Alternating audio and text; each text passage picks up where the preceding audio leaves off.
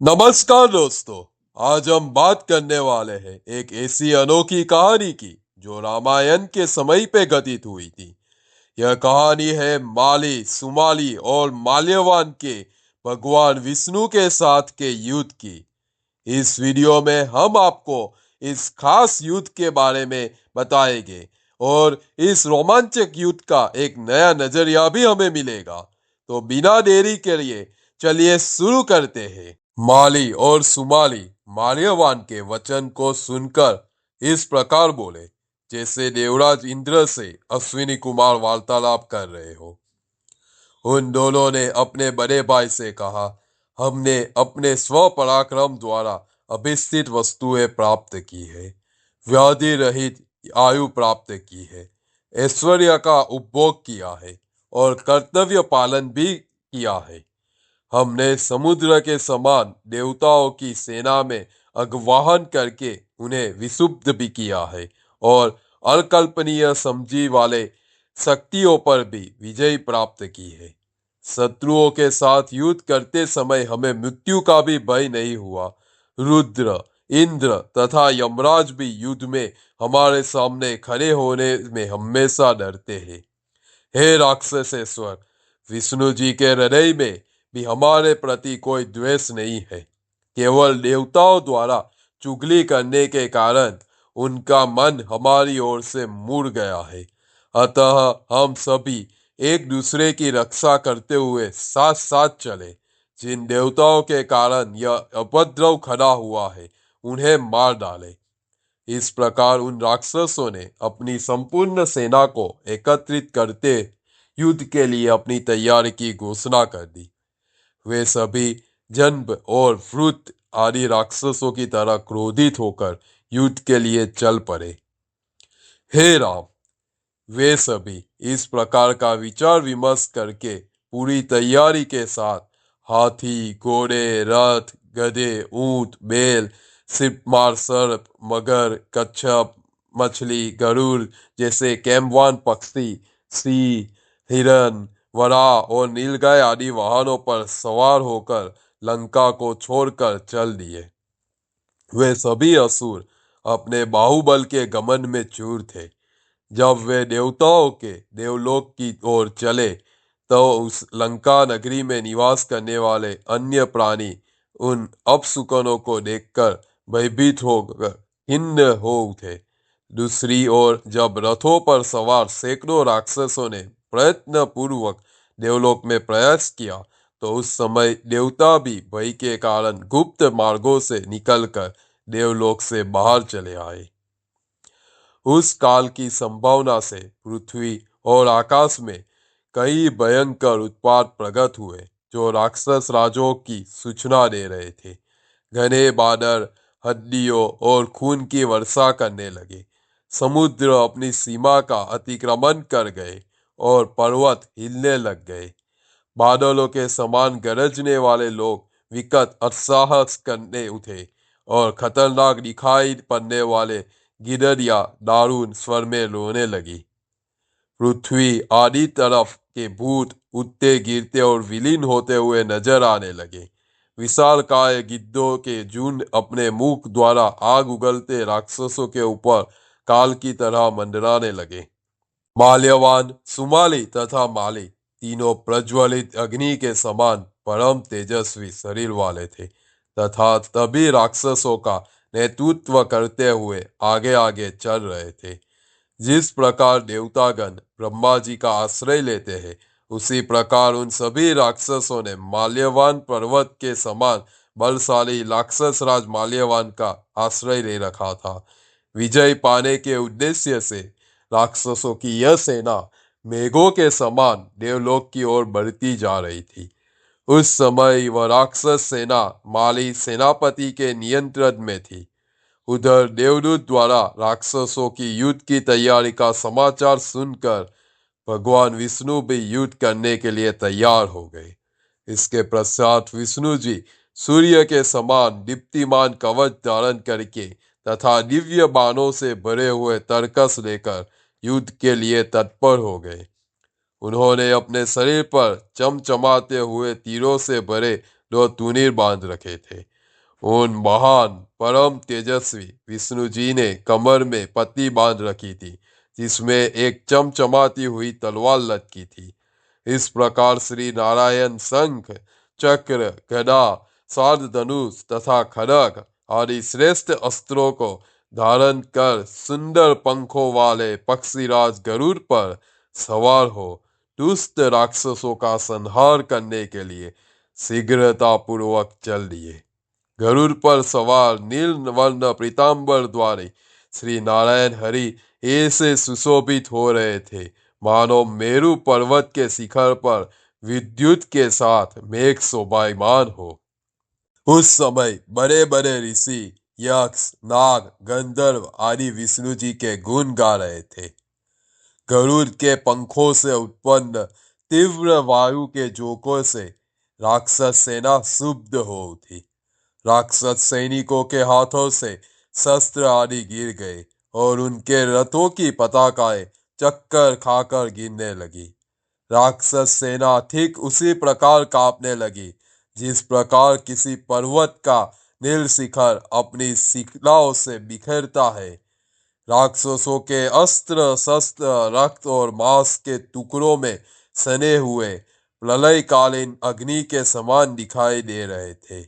सभी राक्षस भगवान विष्णु को चारों तरफ से घेर कर उन पर अस्त्र शस्त्र बरसाने लगे। गर्जना करते हुए राक्षसों ने अस्त्र रूपी जल की वर्षा से नारायण रूपी पर्वत को आच्छादित कर दिया। जिस प्रकार बादल जल की बूंदों से पर्वत को अर्पवित कर देते हैं, श्री नारायण का उत्तम नीलवर्ण वाला शरीर पर्वत के समान सुशोभित था। उनको राक्षसों ने चारों ओर से इस प्रकार घेर लिया था जिस प्रकार मेघों ने अर्जुनागिरी को घेर रखा हो।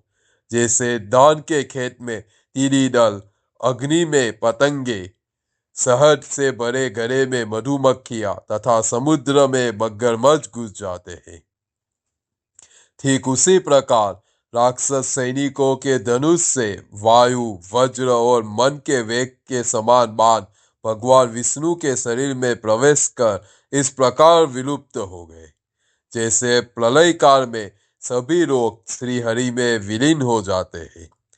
हाथी पर सवार, रथों पर अपनी अश्वारोही, अपने घोड़ों पर एवं पैदल जियो द्वारा सभी आकाश में शीर्ष थे। उस राक्षसों के शरीर विशाल पर्वतों के समान थे।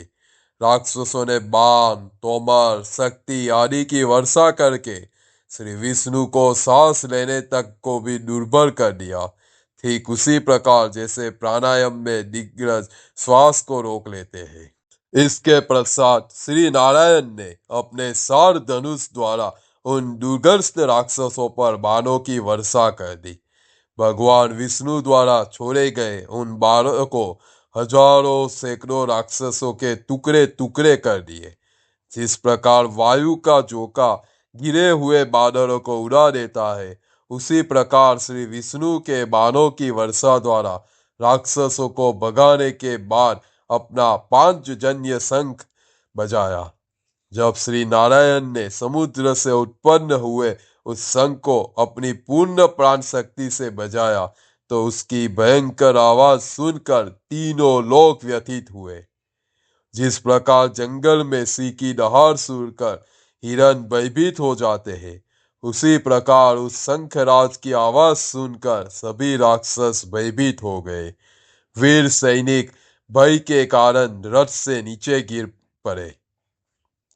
सार धनुष से छोड़े हुए उन सुंदर पंखों वाले बाणों के अग्रभाग वज्र तूर्य थे।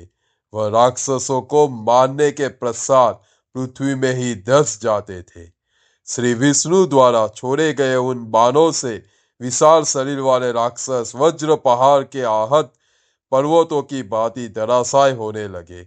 भगवान विष्णु द्वारा चक्र से शत्रुओं पर किए गए घाव से रक्त इस प्रकार टपक रहा था जैसे पर्वतों से गेरू युक्त पानी के झरने बहते हैं। सार्ध धनुष की टंकार, शंखराज की ध्वनि और श्री विष्णु जी का गर्जन उन सभी सम्मिलित शब्द ने राक्षसों के मनोबल को दबाकर रख दिया। भगवान विष्णु ने अपने बाणों द्वारा राक्षसों के बाणों, ध्वजाओं, धनुषों, रथों, पताकाओं, तुनीरों और राक्षसों के हिलते हुए मस्तकों को काट डाला। श्री विष्णु जी द्वारा पीड़ित सभी राक्षस भय के कारण भागने लगे। उस भगदड़ में अनेक राक्षस पूरी तरह धराशायी हो गए। राक्षसों का वध करने के पश्चात भगवान विष्णु ने शंख की ध्वनि से उस प्रकार परिपूर्ण कर दिया जिस प्रकार देवराज इंद्र जल से बादलों को परिपूर्ण कर देते हैं। भगवान विष्णु के बाणों तथा शंखनाद से त्रस्त एवं भयभीत होकर सभी राक्षस लंका की ओर भाग गए। विष्णु के बाणों से राक्षस सेना को भागता हुआ देखकर सुमाली ने युद्ध क्षेत्र में भयंकर बाणों की वर्षा करके विष्णु जी को युद्ध क्षेत्र में आगे बढ़ने से रोक दिया। जिस प्रकार कोहरा सूर्य की रोशनी को ढक देता है, उसी प्रकार सुमाली ने अपने बाणों द्वारा श्री विष्णु को रोक दिया।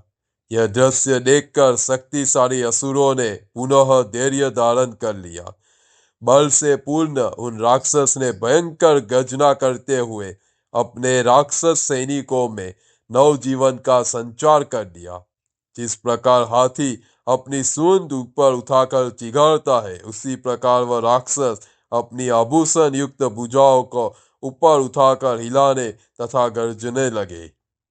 तब विष्णु जी ने उस राक्षस के साथी के कुंडलों से सुशोभित मस्तक को काट डाला। परिणाम स्वरूप उस राक्षस के रथ के घोड़े अनियंत्रित होकर इधर उधर दौड़ने लगे। उन राक्षसों के घोड़ों के चक्कर काटने के कारण वह राक्षस भी उसी प्रकार चक्कर काटने लगा जिस प्रकार इंद्रिय रूपी अश्वों के भटकने पर बुद्धि भटक जाती है। श्री विष्णु द्वारा युद्ध क्षेत्र में किए गए प्रहारों से राक्षस राज सुमाली के रथ के घोड़े को चक्कर काटता हुआ देखकर उसके छोटे भाई माली ने धनुष बाण उठाकर श्री विष्णु पर आक्रमण किया। माली के धनुष द्वारा छोड़े गए बाण तीव्रता के साथ श्री विष्णु के शरीर में उसी तरह घुस गए जिस प्रकार कौंच पर्वत के छिद्रों में पक्षी घुस जाते हैं। माली द्वारा छोड़े गए बाणों के श्री विष्णु के शरीर पे लगने पर उसका ठीक उसी प्रकार कोई अहित नहीं हुआ जिस प्रकार बुद्धिमान व्यक्ति अपनी मानसिक चिंताओं से विचलित नहीं होता। उसके प्रकार धनुष की टंकार को सुनकर भगवान श्री विष्णु ने माली पर बाणों की वर्षा कर दी। बिजली की तरह चमकदार और वज्र की तीक्ष्णता से समान उस बाण उस तरह रक्त पीने लगे जिस प्रकार नागगण अमृत का पान करते हैं। उसके बाद श्री विष्णु ने माली को पीठ दिखाकर भाग जाने के लिए विवश कर दिया। राक्षस राज माली रथहीन हो जाने पर इस प्रकार कूदा जैसे कोई शेर छलांग लगाकर पर्वत से नीचे उतर आया हो। जिस प्रकार यमराज ने अपनी गदा से शिव पर और इंद्र ने वज्र से पर्वतों पर प्रहार किया था, उस प्रकार माली ने विष्णु जी के वाहन गरुड़ पर अपनी गदा से प्रहार किया। जब माली ने अपनी गदा से गरुड़ पर प्रहार किया तो वह पीड़ा से छटपटाने उठा तथा उन्होंने स्वयं युद्ध क्षेत्र से परान्मुख होकर विष्णु जी को भी विमुख जैसा कर दिया। माली द्वारा गरुड़ सहित श्री विष्णु जी को युद्ध क्षेत्र से विमुख देखकर राक्षस गण प्रसन्नता से पूर्ण हो जोर जोर से गरजने लगे, जिसके परिणाम स्वरूप भारी शब्द गूंज उठा। राक्षसों की गर्जना सुनकर इंद्र के छोटे भाई श्री विष्णु क्रोधित होकर गरुड़ की पीठ पर तिरछे हो गए। उन्होंने प्रधानमुख होकर माली का वध करने के उद्देश्य से पीछे से की ओर मुड़कर अपना सुदर्शन चक्र चला दिया। सूर्य मंडल के समान दीप्तिमान और काल चक्र के समान उस सुदर्शन चक्र ने आकाश को प्रकाशित करते हुए राक्षस माली के मस्तक को काट दिया। राक्षस माली का मस्तक सुदर्शन चक्र द्वारा कटकर ठीक उसी प्रकार पृथ्वी पर गिर पड़ा जिस प्रकार पूर्व काल में राहु का मस्तक रक्त की द्वारा गिराता हुआ कट कर गिर गया था। उसके पश्चात सभी देवतागण प्रसन्न होकर जय जय धन्य धन्य कहने तथा सिहनाद करने लगे। माली को मरा देखकर माल्यवान और सुमाली शोक संतप्त तथा भयभीत होकर अपनी राक्षस सेना सहित लंकापुरी की ओर भाग गए। दूसरी तरफ गरुड़ की पीड़ा भी कम हो गई थी, अतः वह भी लौट आया। फिर क्रोधित होकर अपने पंखों के जोकों से राक्षस सेना को खरीदने लगा। सुदर्शन चक्र के प्रभाव से अनेक राक्षसों के सिर कट गए थे। गदा के प्रहार से वक्षस्थल चूर चूर हो गए थे। गरुड़ की पूंछ के प्रकार से गर्दनें उड़ गई तथा मुसलों की मार के कारण मस्तक फट गए। तो दोस्तों, यह थी माल्यवान, माली और सुमाली के भगवान विष्णु के साथ युद्ध की कहानी। उम्मीद है कि यह वीडियो आपको पसंद आया होगा। यदि आपको पसंद आया है तो इसे लाइक, शेयर और सब्सक्राइब जरूर करें। और हाँ, कमेंट बॉक्स में हमें जरूर बताएं कि आपको यह वीडियो कैसा लगा। धन्यवाद। हर हर महादेव।